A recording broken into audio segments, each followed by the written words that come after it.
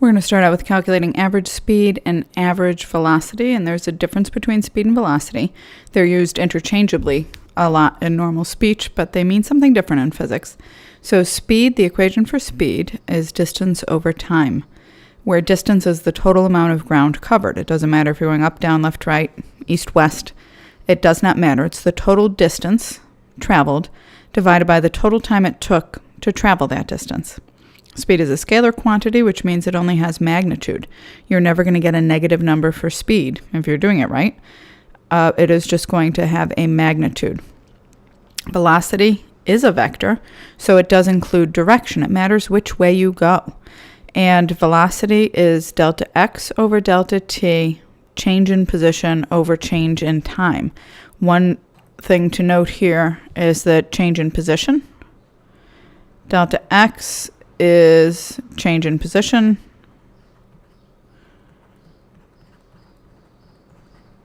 and there is a one-word term that means change in position, and that's displacement. So if you say delta x, if you say displacement, if you say change in position, you're saying the same thing. So let's look at a couple of ways that you might see these average speed or average velocity problems. So here's a problem. You travel 8 miles east in 2 hours, then 10 miles west in 4 hours. Find your average speed and your average velocity. So let's start with finding the speed.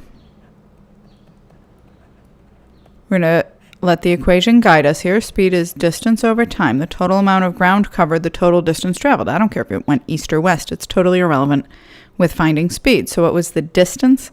Well, first you traveled 8 miles. And then you traveled another 10 miles.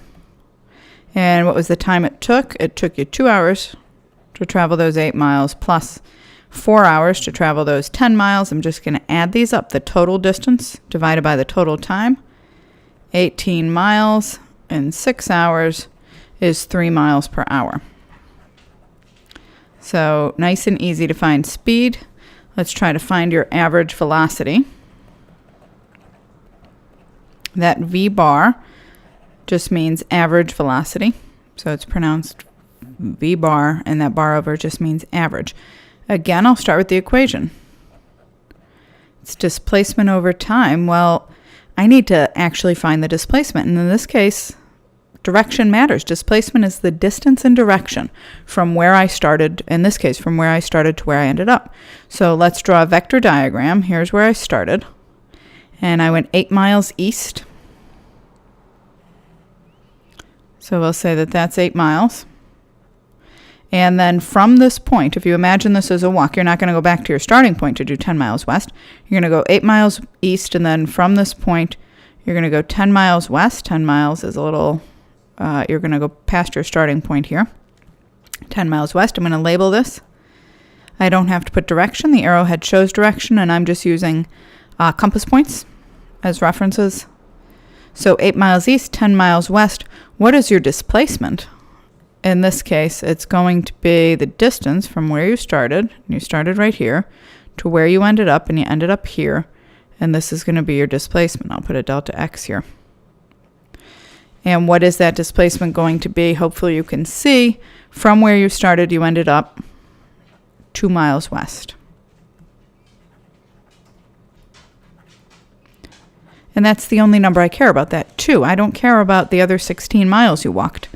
All I care about is your displacement. How far are you from where you started? So delta x we found out was 2 miles west. Displacement, or change in position, is a vector. It includes direction. And it took the same amount of time. It still took the 6 hours. So 2 over 6, I'll take care of the numbers first, is 1/3 or 0.33. The units are miles per hour, and the direction is west. So that would be your average velocity.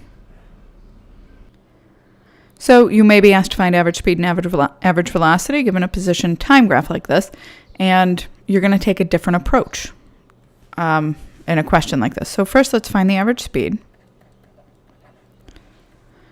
We'll use the equation to guide us. Average speed is just the total distance traveled over the total time it took. So what can we do here? We can just picture some object on a number line. And we'll put a 0 here. And here is 50. Here's 100. This is all linear motion. So imagine just a sidewalk going on forever in both directions. Even though the graph goes up and down, the motion is really just back and forth along the same straight line. So where do you start in this problem? You would start here at 0. So let's put you here. And you're going to walk up to 50. Hang out there for a while, right? That's what you're doing. So here you start at 0, you walk at a constant speed up to 50, and you just stay there for 2 seconds. And then from that point, you're going to walk back to negative 100. And you're going to end up here at the end of the problem. Oops, there you are. You're not in great shape, but there you are. So this is what's going on in the problem. So how far did you go? Well, I can see that here you went 50. You went 50 meters. And then from positive 50 to negative 100, you went 150 meters. And I don't care that it's negative. I don't care which way it is. This is speed. Direction does not matter. It's a scalar. So again, from 0 to 50, here's 50. When you just hang out at 50, you're just standing there for those 2 seconds. This would be 0. Let me put my units here, meters. And when you go from positive 50 to negative 100, if you're on a number line from 50 to negative 100, you can see that here's 50 plus 50 plus 50. This is 150 meters.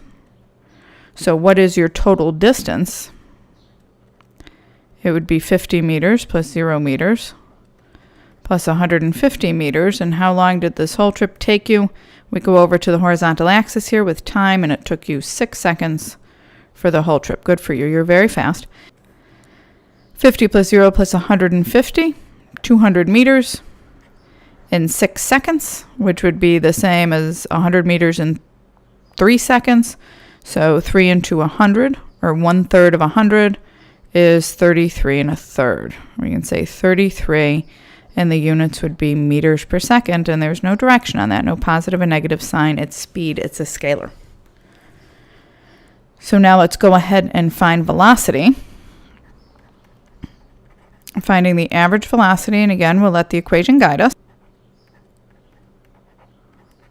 Change in position over change in time. Change in position is just asking you, where'd you start? You started here. Where'd you end up? You ended up here. And I can see from where I started, if I wanted to get from my starting point to my ending point, I would have to go down 100 meters. I'd have to go negative 100 meters. This is a vector, so the direction matters. And this would still take me 6 seconds. Put that in your calculator, you get 17 meters per second. And that negative just means you went in some direction we would call negative. So it could be that you went to the left, it could be that you went west or south or north or whatever. We just call that direction negative. It has nothing to do with how big the number is, just has to do with direction. If you didn't want to draw a number line, and who does, how could you figure it out just from the information here? Well, your initial position, we'll call it x naught, is 0, and your final position, we'll call it x, is negative 100. And we know that delta x is final position minus initial position. So that would be negative 100 minus 0.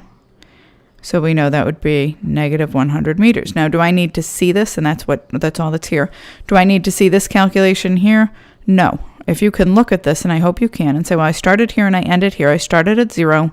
I ended up at minus 100. This is my final position. So my displacement is this distance here.